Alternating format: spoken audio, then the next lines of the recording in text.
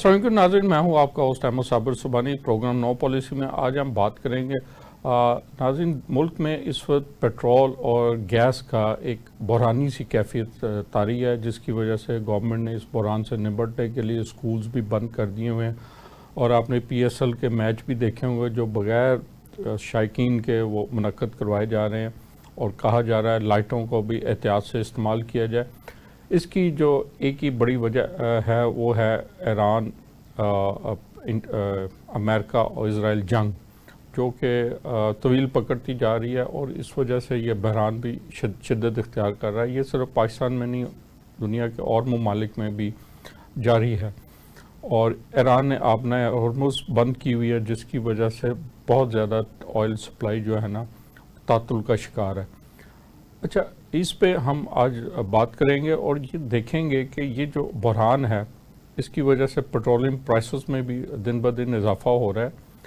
और ये देखेंगे कि क्या हम सिर्फ इस बात का इंतज़ार करते रहें कि जंग के बादल कब छटेंगे और कब ये तेल की जो सप्लाईज़ हैं ये बहाल होंगी। वैसे तो पाकिस्तान का ऑयल आ ही रहा है, ईरान पाकिस्तान के जो ऑयल बरदार जहाज़ हैं उनको आने दे रहा है, लेकिन उसकी प्राइसेस तो महंगी हो रही हैं।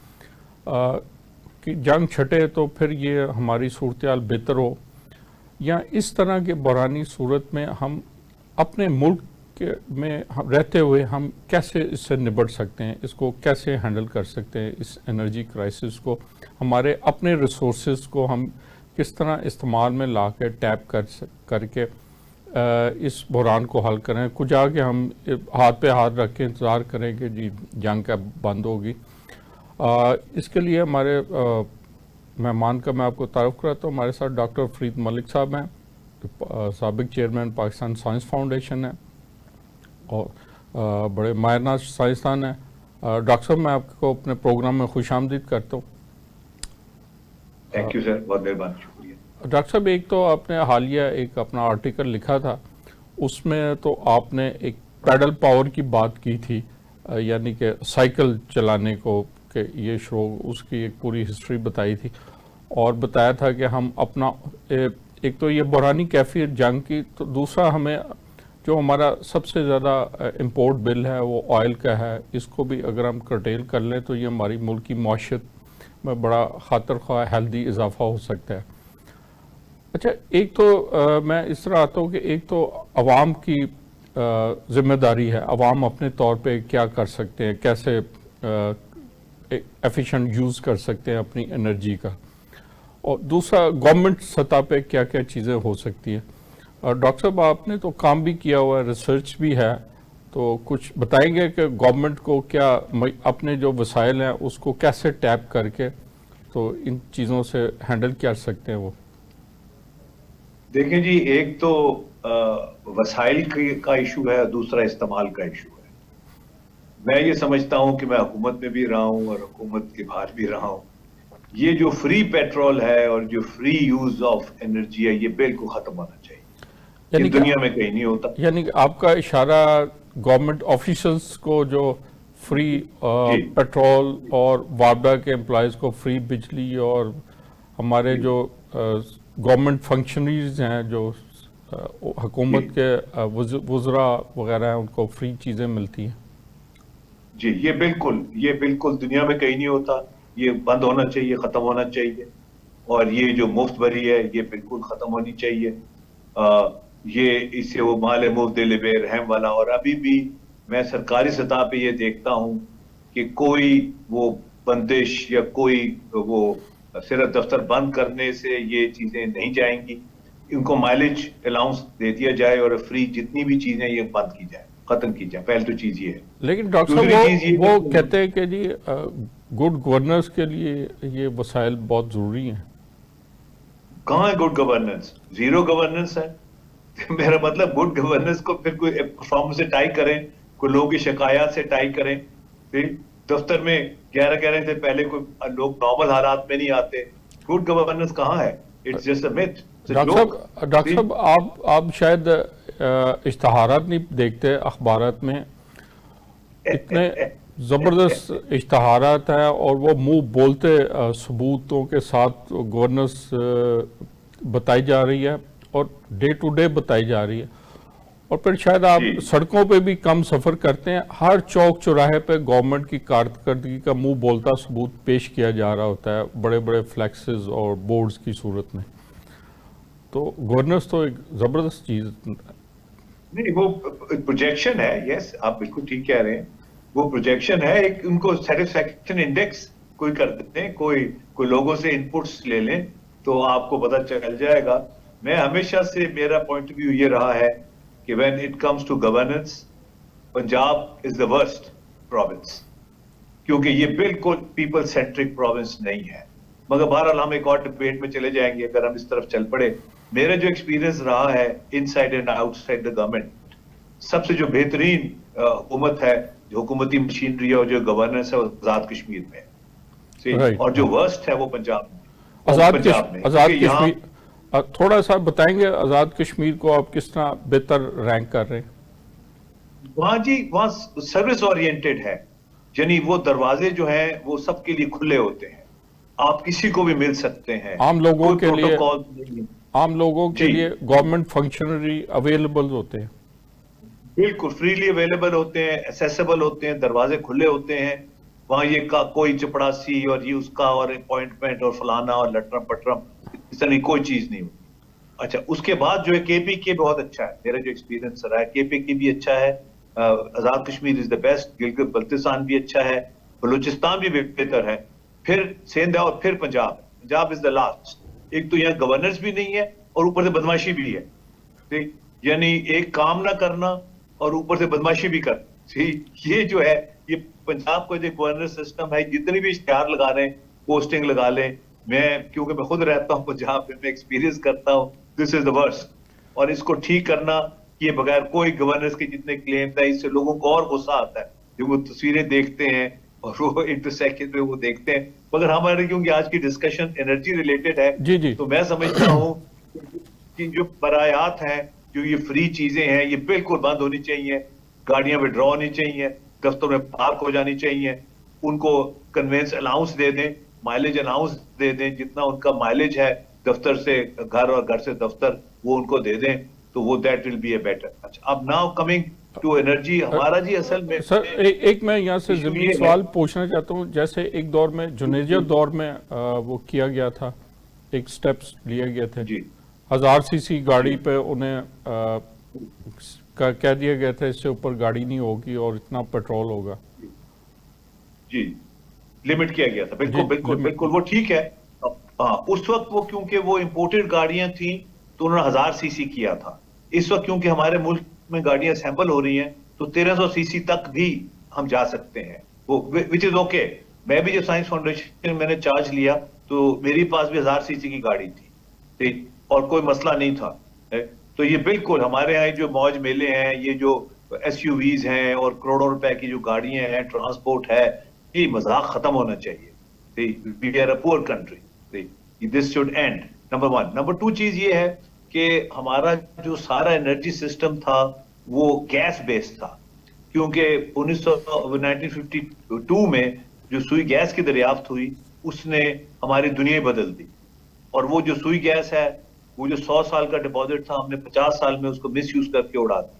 वरना हमें तो कभी बुरहान हमने देखा ही नहीं था, लोग चूल्हे नहीं बंद करते थे कि माचिस बचाने के लिए। और ये गैस का दुनिया का सबसे बड़ा नेटवर्क हमारे पास है।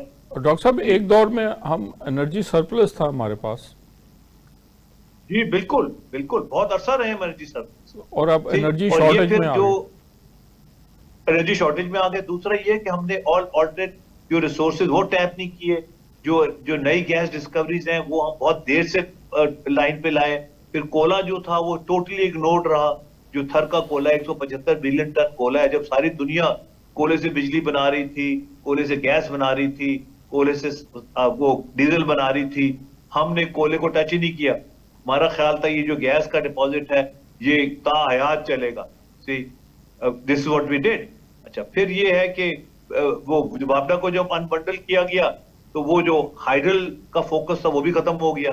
डैम कोई नहीं बने मुल्क में, ठीक। हाइडल का प्रोजेक्ट पोटेंशियल बहुत था, वो भी डैम आके ये पिछले 7-8 साल पिछली गवर्नमेंट ने कोई डैम भी शुरू किए, वरना हाइडल प्रोजेक्ट जो था वो बिल्कुल वो डोरमेंट रहा।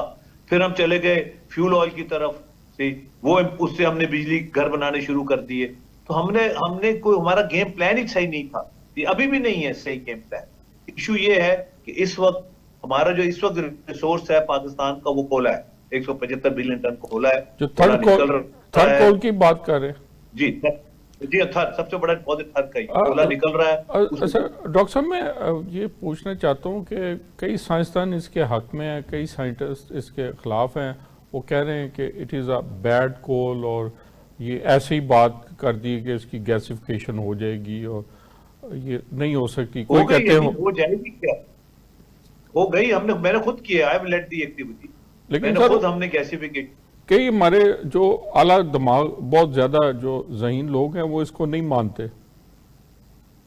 नहीं जी, किस तरह नहीं, जब एक चीज हो गई है, रिपोर्ट्स आ गई हैं, साउथ अफ्रीका से रिपोर्ट आ गई है, गैस हमने यहाँ लाहौर में बनाई है गैस। अच्छा। कोल की गैसिफिकेशन कोई वो जो गलबन वो जो है ना अंडरग्राउंड कोल गैसिफिकेशन का जिक्र करें, जो एटॉमिक एनर्जी वालों का था एक रिटायर्ड साइंटिस्ट का, वो दैट इज नॉट फीजिबल। अच्छा। जो स्टैंडर्ड प्रोसेस है उसमें कोयले को निकाला जाता है। अच्छा। और अबव ग्राउंड गैसिफायर में डाल के उससे गैस बनाई जाती है। डॉक्टर साहब वो कह रहे हैं थर्ड कोल में मॉइस्चर है, इस वजह से उसका निकालना और बनाना। मॉइस्चर उसमें है, मगर उसको अगर आप धूप में रखें 4-5 दिन तो मॉइस्चर आधा हो जाता है, 40% से वो 15-20% तक आ जाता है, वो कोई मसला नहीं है मॉइस्चर। अच्छा, डिहाइड्रेट हो जाएगा। डिहाइड्रेट हो जाएगा। जी हाँ, डिहाइड्रेट हो जाता है। अच्छा। हो जाता है, हमने वो भी करके देखा है। और दूसरा ये है कि ये भी प्रोपेगेंडा है कि जिसमें सल्फर बहुत है, लेकिन वो लो सल्फर कोल है, 1% सल्फर है उसमें। अच्छा। अब उसे बिजली बननी शुरू हो गई है, गैस हमने बना ली है। अभी फौजी फर्टिलाइजर ने प्लांट भी अनाउंस कर दिया है, जो थर कोले से गैस बनेगी उससे फर्टिलाइजर बनेगा, उससे हम फर्टिलाइजर में भी खुद कफील हो जाएंगे और एक्सपोर्ट भी करेंगे फर्टिलाइजर। अच्छा, ये प्रोजेक्ट अनाउंस, ये डॉक्टर साहब ये प्रोजेक्ट थर में लगेगा? जी हाँ, थर में लगेगा जी।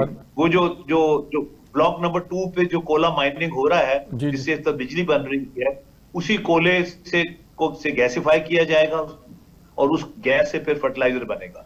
डॉक्टर साहब, आप मैं ये पूछना चाहूंगा, आप किस दौर में इन्वॉल्व थे ये थर कोल प्रोजेक्ट में, कितना अरसा पहले? ये बड़ी दर्दनाक कहानी है। ये सन 2004 में एक एनर्जी फोरसाइट कमेटी बनी, जब मैं चेयरमैन था साइंस फाउंडेशन का। अच्छा।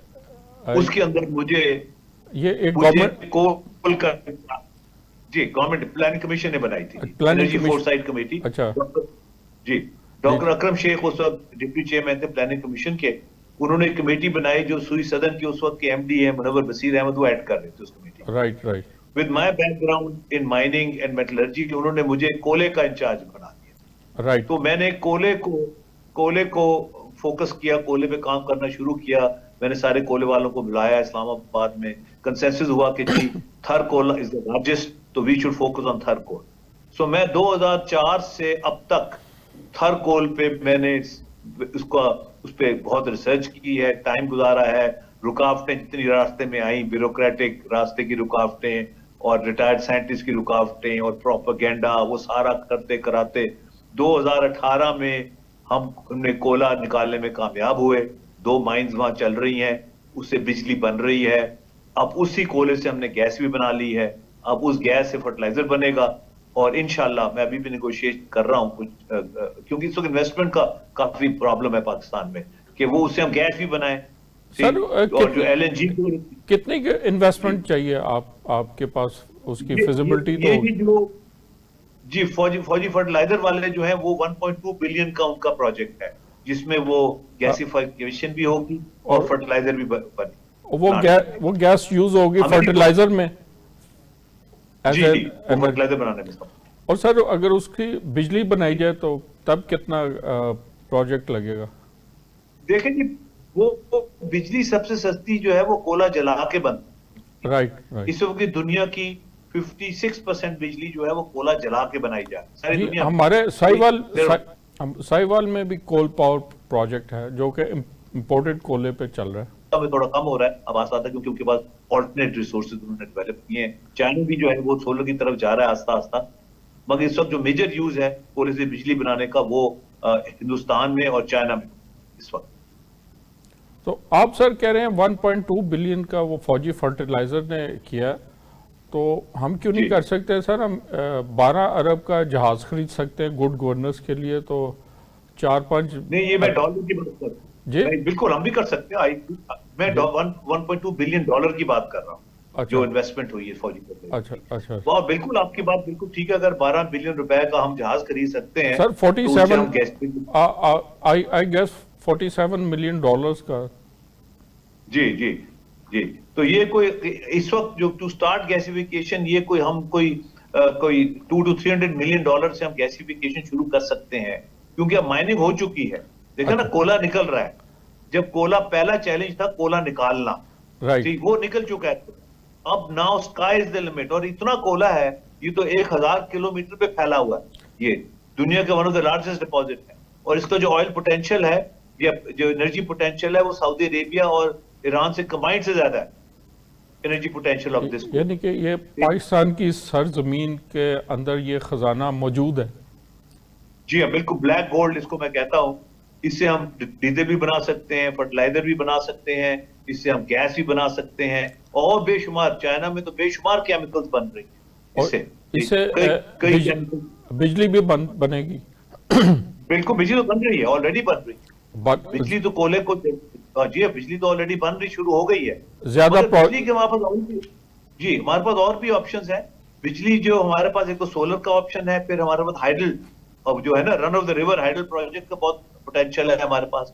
डैम्स भी इस वक्त बन रहे हैं, वहां पर तो हाइडल पोटेंशियल भी है, सोलर भी है, कोला भी है।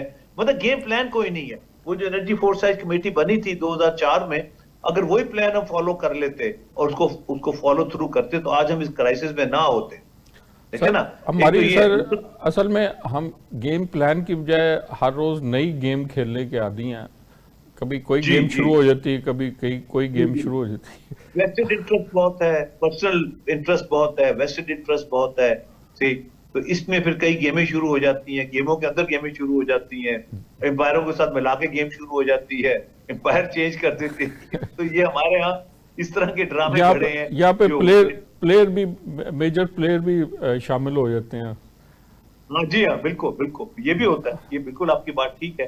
तो मैं ये समझता हूँ कि मैं अभी भी पैडल पावर में बड़ा बिलीव करता हूँ। जिस तरह बसंत बनाने के लिए मोटरसाइकिलों को रोक रोक के पे उन पे वो लगाए गए थे एरियल, ताकि वो डोर से बचने के लिए, मैं समझता हूँ अब हमें बाइसाइकिल का एक राउंड चलना चाहिए। एक वो वक्त था कि जो सुराब है वो 2000 बाइसाइकिल रोज बनाता, अब वो फैक्ट्री बंद पड़ी थी। ठीक, अब हमें हमें लिंक करना चाहिए। ये बात ठीक है, डिस्टेंसेस ज्यादा है, जिसके लिए आपको बसेस, पब्लिक ट्रांसपोर्ट चाहिए, मगर आप लिंकेजेस कर सकते। डॉक्टर साहब, शॉर्ट हमने देखा है कि कोई शॉर्ट लिंकेज डिस्टेंस पे भी हम व्हीकल्स इस्तेमाल करते हैं, या बाइक या गाड़ी। कई जो थोड़े फासले पे भी जाना हो तो गाड़ी निकाल के चले जाते हैं। तो हमारी हमें आदत खराब है। हमें इंकरेज आदत करना खराब चाहिए है। कम से कम शॉर्ट डिस्टेंस पे। जैसे मार्केट जाना है, घर के पास है, तो बिल्कुल वो बिल्कुल हम बिल्कुल। गाड़ी पे जाते हैं, या उसके लिए तो या मोटरसाइकिल पे, अब तो मुलाजिम भी मोटरसाइकिल इस्तेमाल करते हैं। जी जी जी, अब उसके लिए, अब मैं एक साइकिल है मेरे पास जो इटली में सारे यूज करते हैं, फोल्डेबल होती है। वो फोल्ड होके गाड़ी की डिग्गी में आपकी मोटरसाइकिल आ जाती है। वो गाड़ी में जाते हैं, शहर से जहाँ रश शुरू होता है वहां गाड़ी पार्क की, साइकिल निकाली, साइकिल पे शहर में गए, सारे काम किए, आके गाड़ी में सामान रखा, साइकिल फोल्ड की, डिग्गी में रखी, घर से मेरे पास है, मैं इस्तेमाल कर। जी डॉक्टर साहब, इस पे बात करेंगे। आज एक लाहौर में एक बड़ा इवेंट हो रहा है साइकिल, एक शाहिद असलम साहब है, वो अदील शाहिद साहब है, वो एक उन्होंने साइकिलिंग क्लब बनाया हुआ है, उसके तहत इवेंट है। CTO साहब भी आए थे। कोई 200-300 लोग इस वक्त साइकिलिंग कर रहे हैं, और उसमें से ऑलमोस्ट 200 के करीब वुमेन साइकिलिस्ट हैं। हम वक्फे के बाद सर उनको लेंगे। अभी हम बात करते हैं, अभी बहुत खुश। हाँ, ये आपकी बात से हमने वो उनको किया, रिक्वेस्ट की है कि हमें ज्वाइन करें। तो अच्छा डॉक्टर साहब, मैं पहले ये बात करना चाह रहा था कि हमारे पास ज़मीन के अंदर ऐसे ख़जाने हैं जिनको हम टैप कर चुके हैं, लेकिन उसको अब नेशनल सर्विस में लेकर आना है कि उससे हम मुल्क को अपने फ़ायदा कैसे पहुँचाएँ। वहाँ पर आप क्या समझते हैं, सुर्ख फीता है या पॉलिटिकल विल है या कुछ नादीदा इदारे भी हैं उसमें कुछ? सब कुछ है जी, सब कुछ है। इंपोर्ट लॉबीज भी हैं, और सुर्ख फीता भी है, और और पॉलिटिकल विल, नलायकी भी है। पॉलिटिकल विल पे आप क्या कहेंगे? वो अब पॉलिटिकल विल भी नहीं है, क्योंकि पॉलिटिकल विल भी जो है वो बड़ी शॉर्ट टर्म गेन्स के उसमें रहती है, कि जल्दी जल्दी ओवरनाइट कोई कोई कोई वो पोस्टर बन जाए, कोई तो अखबार में तस्वीर लग जाए। सी, ये लॉन्ग टर्म चीजें होती हैं। इस पे मुल्क और कौम जो एक गेम प्लान पूरा बनाते हैं, उस पे काम चलता है। अच्छा, the point is this. Doctor साहब, जी, इस वक्त हुआ एक ब्रेक का। नाज़रीन, हम एक मुख्तसर वक्फे के बाद आपके वापस आएंगे। Welcome back. जी डॉक्टर साहब, बात हो रही थी ब्लैक गोल्ड की। ब्लैक गोल्ड को इस्तेमाल करके हम अपने मुल्क के जो मुआशी मसाइल हल कर सकते हैं, अपना एनर्जी क्राइसिस पे बहाल कर सकते हैं। और इस वक्त जो हंगामी सूरत हाल है, और पेट्रोल जो फोरकास्ट किया जा रहा है कि 400 रुपये पे चला जाएगा, इससे भी बचा जा सकता है। लेकिन वो क्या कहते हैं, there is many ship sorry, मैं थोड़ा सा इसको कर रहा हूँ कि चाय का कप पीने में काफ़ी इसमें टाइम लगता है। और डॉक्टर साहब, आप ये बताइएगा कि अब हमने गवर्नमेंट लेवल की बात की, अब हम बात करेंगे अवामी तौर पे, अवामी ज़िम्मेदारियों को हमें अपनी रिस्पॉन्सिबिलिटीज़ को कैसे अदा करना चाहिए एनर्जी एफिशिएंसी यूज़ के लिए। पब्लिक ट्रांसपोर्ट तो जी बहुत जरूरी है, नंबर एक। और नंबर दो है कि फिर जो मैंने जिसने पैडल पावर का आपको कहा कि वो हम लिंक कर सकते हैं, जो शॉर्ट रन, जैसे मॉडल टाउन के सारे लोग हैं वो ये जो है मेट्रो बस का इस्तेमाल कर सकते हैं। साइकिल स्टैंड हो, जिस तरह अब गाड़ियों के स्टैंड बनाए हुए हैं इन्होंने कई जगहों पे, जहां लोग गाड़ियां पार्क करके वो मेट्रो लेते हैं, वो उसका साइकिल स्टैंड हो। लोग मॉडल टाउन वाले जो है वो सारे अब वो मेट्रो बस यूज करें। गुलबर्ग वाले भी जो नसीराबाद सेक्शन है वो कर सकते हैं। पब्लिक ट्रांसपोर्ट पे जाए, साइकिलों पे जाया जाए, जो सुराब साइकिल फैक्ट्री उसको दोबारा रिस्टोर किया जाए, साइकिलें बनाई जाए। मेरा मतलब ये दिस पार्टी शुड एंड। मैं अभी वहां से आया हूँ फेज 6 से, कुछ काम से गया हुआ था, तो वहां मेरे ख्याल में कोई 2000 मोटरसाइकिल खड़े हुए थे और 20 बाइसाइकिलें खड़ी हुई थी। मेरा तो कहने का मतलब है कि हमने, हर बंदे ने इतना स्टैंडर्ड ऑफ लिविंग हाई कर लिया है कि हम वो बगैर मोटरसाइकिल के, बगैर पेट्रोल के कहीं जाने के लिए तैयार नहीं है। डॉक्टर ये साहब, अजीबोगरीब। इसमें एक और भी क्वेश्चन राइज करता है कि साइकिल्स के लिए रोड सेफ्टी नहीं है बिल्कुल। वो वो देखे थे हमने, तो वो सिस्टम ही खत्म कर दिया है ना। अब मेरा मतलब, कोई अगर कोई अगर पेरिस अब में हो सकता है, लंदन में हो सकता है, तो आप यहाँ भी हो सकता है। इन्होंने जो ग्रीन पाथ बनाए हैं मोटरसाइकिल के लिए, सर साइकिलों में पास भी बन सकते हैं, कोई ऐसी बात नहीं है। इस जमाने में माल रोड पे जब हम साइकिल चलाया करते, साइड रोड पे साइकिलें चलती थी, मेन रोड पे हमें इजाजत नहीं थी आने की, हम साइड रोड पे होते थे साइकिलों पे। ठीक, तो ये सारा कुछ हो सकता है, there is a will there is a way. यानी अब ये जो मोटरसाइकिलों पे इतना है, वो ठीक है लॉन्ग के लिए पब्लिक ट्रांसपोर्ट हो, और वो और दूसरा ये है कि मैं बिल्कुल सपोर्ट नहीं करता स्कूल और यूनिवर्सिटीज बंद करने की।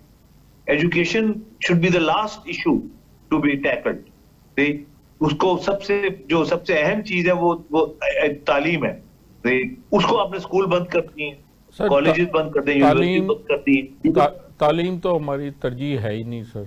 जी हाँ, वो तो प्राइवेट करते जा रहे हैं हम। हेल्थ भी, हेल्थ से हम, मैं देख रहा हूँ कि 30-40 साल से एजुकेशन को और हेल्थ को प्राइवेट सेक्टर दिन ब दिन ग्रो कर रहा है, और पब्लिक सेक्टर जी दिन ब दिन रिप्लेस वो ख़त्म होता जा रहा है। अब देखें, उसके पिछले वजह के 30-40 तरीके। सालों में ऐसी क्या बात हुई कि ये जो पब्लिक सेक्टर था, बेहतरीन हेल्थ डिलीवर कर रहा था, एजुकेशन डिलीवर कर रहा था, अब यही पब्लिक सेक्टर सुकड़ता जा रहा है और प्राइवेट सेक्टर फैलता जा रहा है मोटा इन दोनों शोबों में। जी बिल्कुल बिल्कुल सही है, क्योंकि देखे ना, कॉन्फ्लिक्ट ऑफ इंटरेस्ट बड़ा है कि वही जो जो जो प्राइवेट सेक्टर के लोग हैं वो पॉलिसी मेकिंग में चले जाते हैं, गवर्नमेंट में चले जाते हैं, मिनिस्टर्स बन जाते हैं, उनके इंटरेस्ट में नहीं है। ठीक, कम से कम हम ये कर सकते हैं कि जितने गवर्नमेंट के वो मुलाजमीन हैं, इनके बच्चे जो हैं और इनकी जो इलाज है वो पब्लिक सेक्टर अस्पतालों में हो और इनके बच्चे पब्लिक सेक्टर स्कूलों में पढ़े।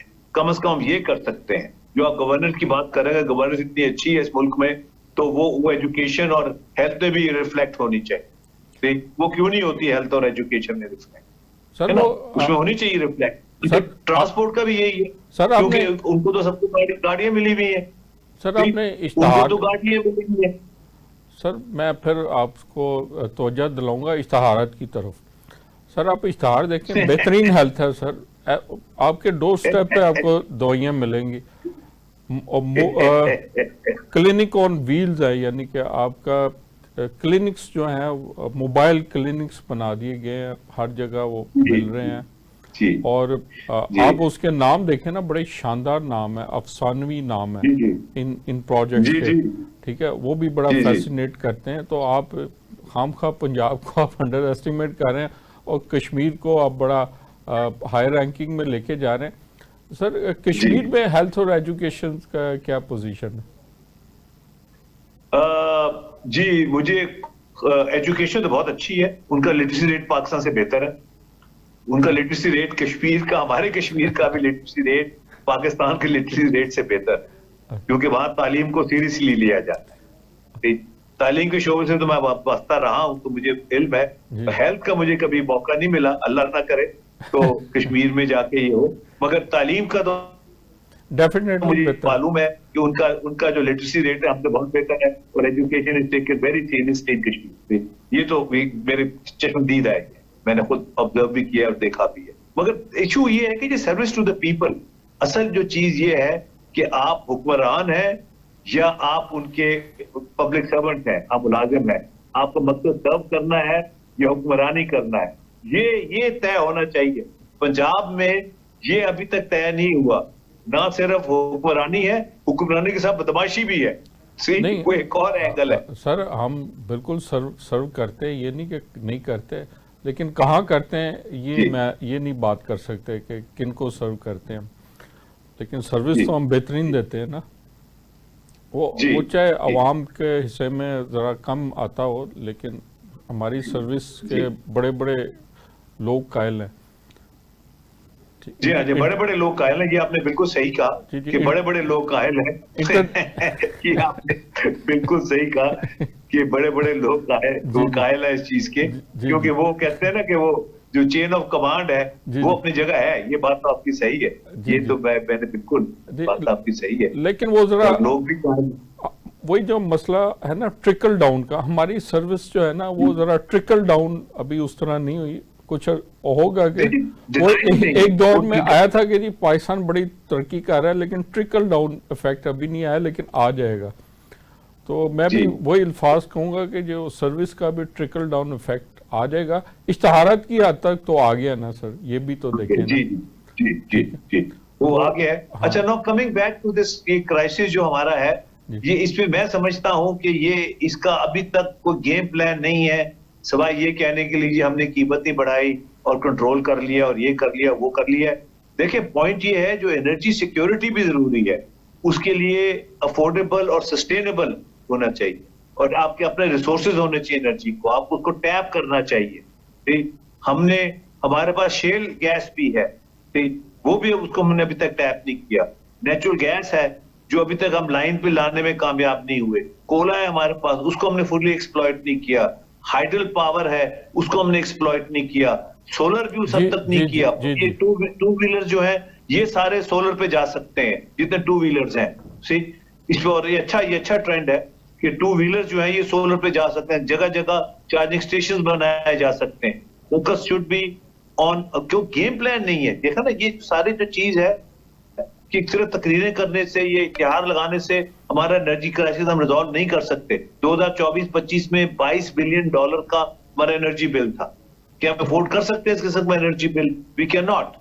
ना हम कम्पीट कर सकते हैं, हमारे जो प्रोडक्ट्स हैं उनकी कीमत में भी हम कम्पीट नहीं कर सकते। अब तो खैर बिल्कुल ही नहीं कर सकते, क्योंकि अब तो और भी ऊपर चला गया मामला। तो एनर्जी सिक्योरिटी भी चाहिए, सस्टेनेबिलिटी भी चाहिए, और अपने रिसोर्सेज से ये होना चाहिए। ठीक, और हमने इस पे क्योंकि गैस निकली हुई थी तो हम सोए रहे। ठीक, जो 100 साल की गैस 50 साल में उड़ा दी, हम सर सोए हमने रहे। अब हम जब जागे हैं, सीएनजी इंट्रोड्यूस कर दी गाड़ियों में, हालांकि हर चीज जी, उस वक्त हर चीज पे गैस उस उड़ा वक्त दी। पेट्रोल भी काफी सस्ता था जब हमने जी सीएनजी इंट्रोड्यूस कर जी, दी गाड़ियों बिल्कुल। में। और देयर वाज अ टाइम कि Pakistan, Pak Suzuki was the largest CNG car manufacturer in the world. जी, सीएनजी, और उसके बाद देखिए अरबों रुपए लोगों ने सीएनजी स्टेशंस पे इन्वेस्ट किया। जी अब जी कहाँ गई उनकी इन्वेस्टमेंट? जी, बिल्कुल। उन्होंने बिलियंस वैसे ऑफ कमाया भी रुपीस, बहुत, बिलियंस ऑफ कमाया रुपीस भी बहुत, कमाया भी कमाया भी बहुत। बहुत उन्होंने। जी उन्होंने कमाया भी बहुत, क्योंकि उनको तकरीबन मुफ्त गैस मिलती थी, जो वो कई गुना करके वो गाड़ियों में वो फिल करते थे। उन्होंने अब कमाई भी बहुत की। जी जी तो अब आपके, मैं एग्री करता हूँ, इन्वेस्टमेंट भी है। और ये बड़ा इंटरेस्टिंग है कि हमें जब चेयरमैन था तो हमें एक क्वारी आई कि जी सीएनजी सिलेंडर्स हम पाकिस्तान में डेवलप करें, ठीक। और टेक्नोलॉजी थी सपार्को के पास, वो वो अपना सैटेलाइट बॉडीज बनाते थे, उनके पास टेक्नोलॉजी थी फाइबर ग्लास की। राइट तो हमने काम शुरू किया इस पे कि फाइबर ग्लास के सिलेंडर्स बनाए, क्योंकि सिलेंडर भी एक बड़ा मेहनत था, अभी भी हो जाता है, उनको फट जाते हैं और वो जाने नुकसान करते हैं। तो हम फाइबर ग्लास के सिस्टम डेवलप करने गए सिलेंडर्स। तो हमने जब रिसर्च की तो हमें पता चला ज्यादातर जो स्टैंडर्ड है न्यूजीलैंड के थे। राइट तो मुझे बड़ा तजस्सुस हुआ कि न्यूजीलैंड के क्यों है। तो पता ये चला कि न्यूजीलैंड ने वही किया था जो हमने किया था आज से 25-30 साल पहले। उन्होंने हर चीज सीएनजी पे लगा दी, then they ran out of gas, फिर भी कन्वर्ट किया उन्होंने। अच्छा, फिर मुझे बुलाया गया क्योंकि हम सीएनजी में हमारा बड़ा नाम था। जी फिर जी एक प्रोजेक्ट था आयरलैंड में, जी ठीक। तो मुझे भी जाने का वहां इत्तेफाक हुआ। तो मैंने उससे जाकर यही सवाल पूछा, वो सारी जो यूरोप की जो वो है ट्रक्स हैं, इनको सीएनजी में कन्वर्ट करना चाह रहे थे यूरोपियन यूनियन वाले। राइट तो मैंने वहां जाकर यही सवाल पूछा, मैंने कहा यार तुम जो कन्वर्ट कर रहे हो, कि तुमने have you insured the supply of gas? तुम सीएनजी में सारे ट्रक्स को कन्वर्ट कर दोगे, पीछे गैस ना बंद हो जाए, गैस ना खत्म हो जाए। तो शुक्र उन्होंने नहीं कन्वर्ट किया, मेरे इस सवाल से वो बच गए। वरना आज जो क्राइसिस हुआ हुआ है गैस का, जी तो उनकी सारी ट्रक्स जो है वो यूरोप की, यूरोपियन यूनियन की रुक जाती। रुक जाए। तो मेरा मतलब कहने का, we have not learn from history. हमारा कोई गेम प्लान नहीं है, हमारा कोई फोकस नहीं है। जो जो अफसरान आला है उनको गाड़ियां भी मुफ्त मिली हुई है, पेट्रोल भी मुफ्त मिल रहा हुआ है, बिजली भी मुफ्त मिली हुई है, अस्पताल भी उनको मुफ्त मिले हुए हैं, वो बाहर इलाज के लिए भी चले जाते हैं, प्राइवेट स्कूलों में उनके बच्चे भी पढ़ लेते हैं। जी तो जी मेरा मतलब कि एक आम आदमी का, आम इंसान तो बेचारा इज नोवेयर। दिस, ये क्राइसिस है आम इंसान का। डॉक्टर साहब हमारे बहुत शुक्रिया, हमारे प्रोग्राम का वक्त ख़त्म हो गया।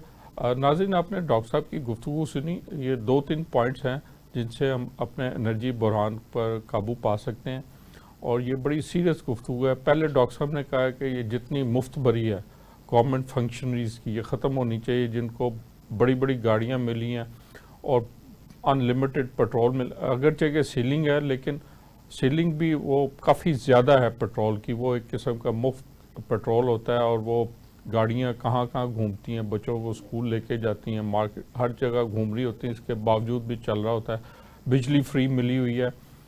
ये कौम इस तरह के अयाशियाँ अल्ले तल्ले अफोर्ड नहीं कर सकती। अच्छा, ये जो गाड़ियाँ और इसका पेट्रोल का बिल, ये हमसे ही जाता है, इसी माशरे से ही निकलता है। इसी माशरे के जो आम लोग हैं यही इन गाड़ियों का कीमतें भी भरते हैं। इन में ये जो मुफ्त पेट्रोल है, यही लोग उनको सब्सिडाइज करते हैं। यानी कि पहली जगह देखा है, यहाँ गरीब लोग अमीरों को सब्सिडाइज कर रहे होते हैं, उनके अखराजात गरीब लोग उठा रहे होते हैं। तो ये बराए करम आपने गरीबों पर पेट्रोल का बोझ डालना है या इतना डालना है, तो कम अज़ कम ये वाले अखराजात अपने अमीरों के अखराजात तो ना डालें ना। यानी कि सेनेट चेयरमैन जो है ना, अनलिमिटेड, उसके लिए हर चीज़ अनलिमिटेड है, और एक गरीब आदमी हर चीज़ पे करके ले रहा है। यहाँ पे इस टाइप का नहीं होना चाहिए। दूसरा, डॉक्टर साहब ने फरमाया हमारा जो थर्ड कोल है, ब्लैक गोल्ड है, वहाँ पे अब ये सिर्फ बातें या डिस्कशंस नहीं रह गई, वहाँ 2 माइंस बन चुकी हैं, माइनिंग शुरू हो चुकी है, कोयला निकल रहा है। फौजी फर्टिलाइज़र वहाँ पे अपना प्रोजेक्ट ला रहा है, और वहाँ पे फर्टिलाइज़र बनना शुरू हो जाएंगी। उस कोयले से बिजली बन सकती है, गैस बन सकता है, हमारा एनर्जी रिसोर्सेज डेवलप हो सकते हैं, हमारा एनर्जी बिल जो है वो बहुत कम हो सकता है। इस पे ज़रूर गौर कीजिएगा। इंशाल्लाह हम मज़ीद बात करेंगे। इसके साथ ही इजाज़त दीजिए। खुदा हाफ़िज़।